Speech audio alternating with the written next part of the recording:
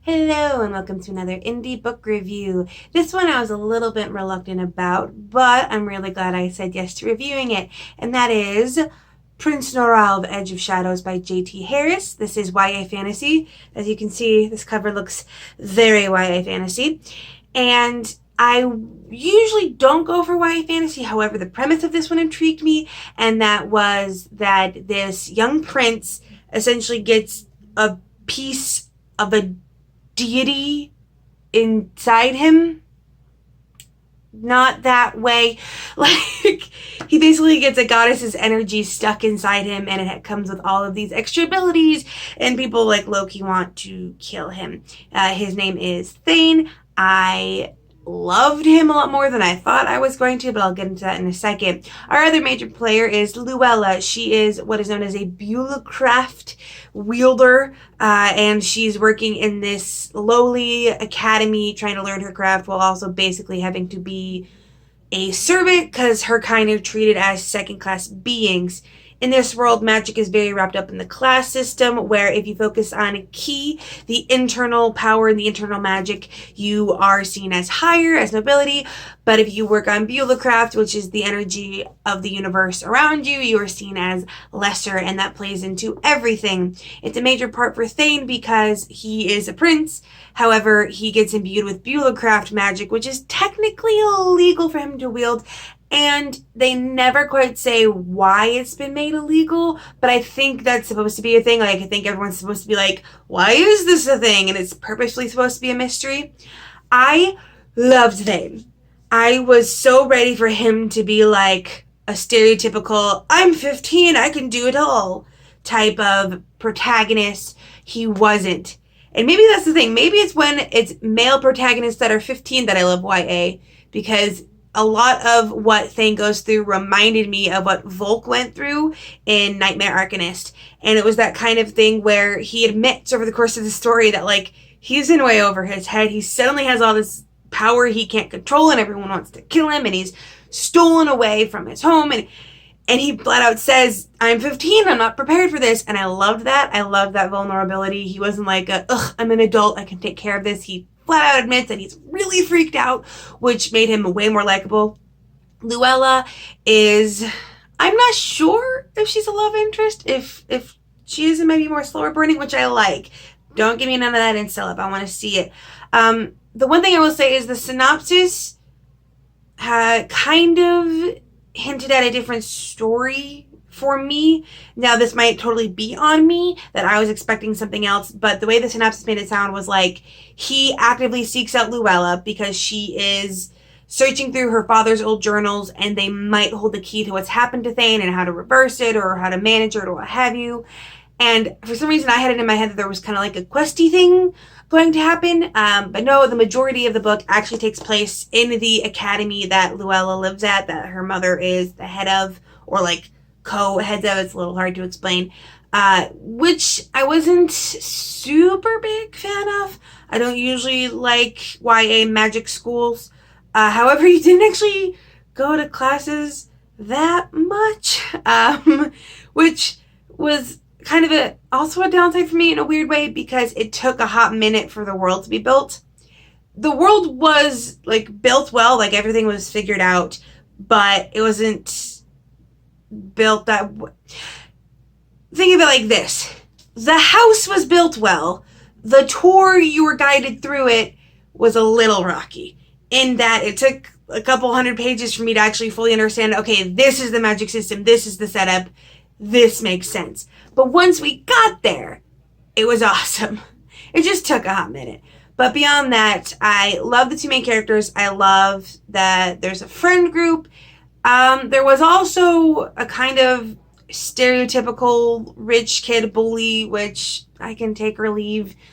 He was more of an annoyance than the actual threat of, hey, these dudes want to kill Thane because he's got the god power. So this like rich kid bullying him because haha, you're poor, didn't really fit in for me. Like, that seems like a really weird aside when there's way bigger problems going on.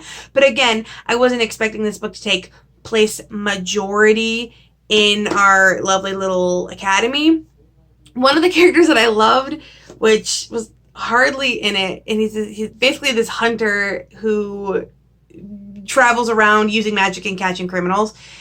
I think he's more focused on in the next book because this is the first in a series. So like, kind of really want to read that because Quentin was like one of my favorites in the book, and he was in there for like, I think like 100 pages all put together combined. There also were some great father-son moments. Overall, I like that this didn't feel super stereotypical YA. Like I mentioned before, Thane isn't this, I'm an adult, I'm a prince, look at me. He was very vulnerable, and even though he is a prince, he's not like next in line heir to the throne. Like his father isn't even king yet. His grandfather is king. His father is heir to the throne. And I think Thane is like third or fourth of his siblings. Like he's not even like first among his siblings, and his father isn't even king yet. So like, yeah, technically a prince, but like next to none of all of the like power and prestige that you think of. And because he is unannounced, he has not made his debut into society essentially. Like no one even knows there is a Prince Thane, so like he can't even toss around his name.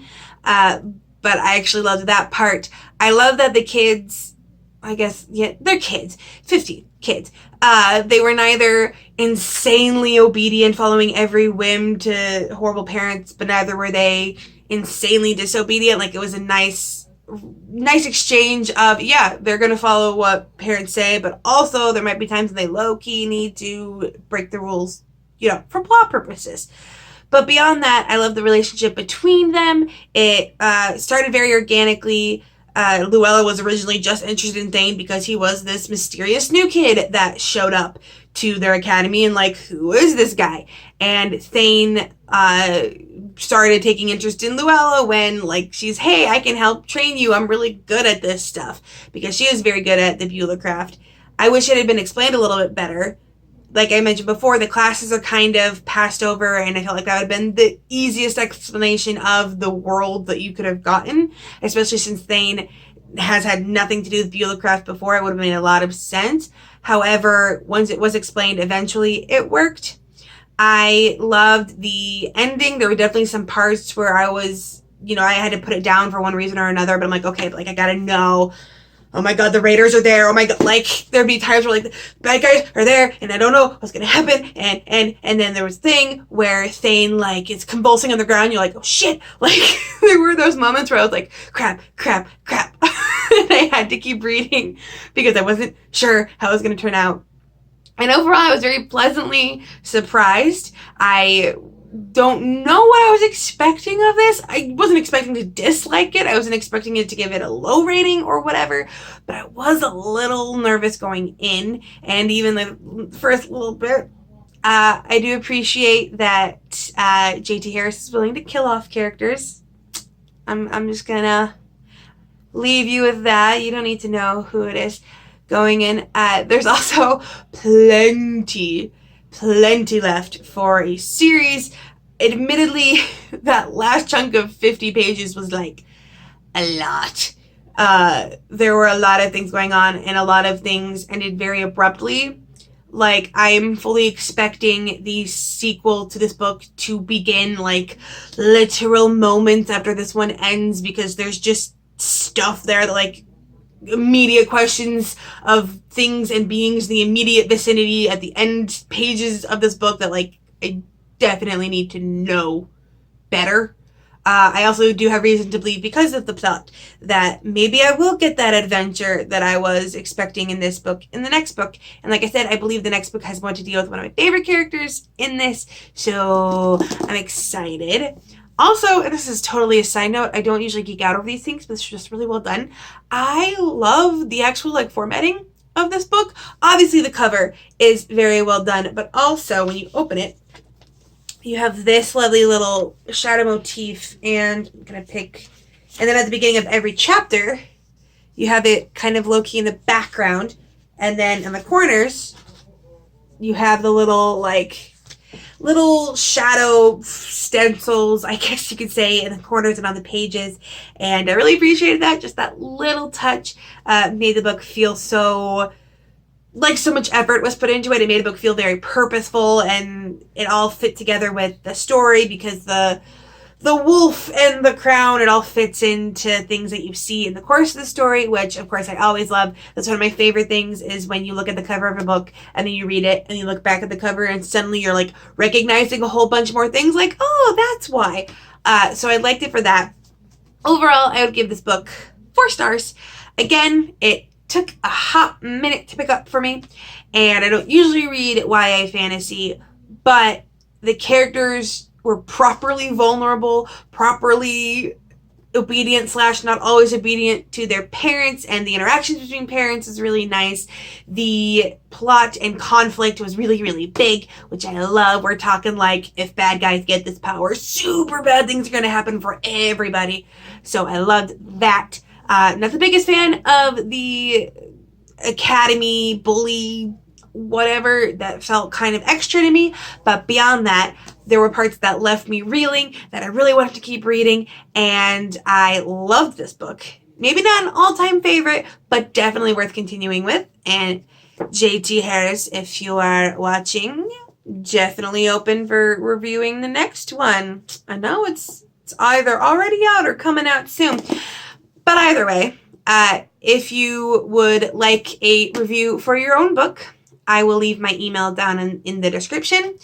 Please leave a comment if you like this book, if you want to read it, or if you've learned anything more about what can be done with YA fantasy, because seriously, indie YA fantasy just hits different than general mainstream YA. Maybe it's because they're treating the characters actually like teenagers.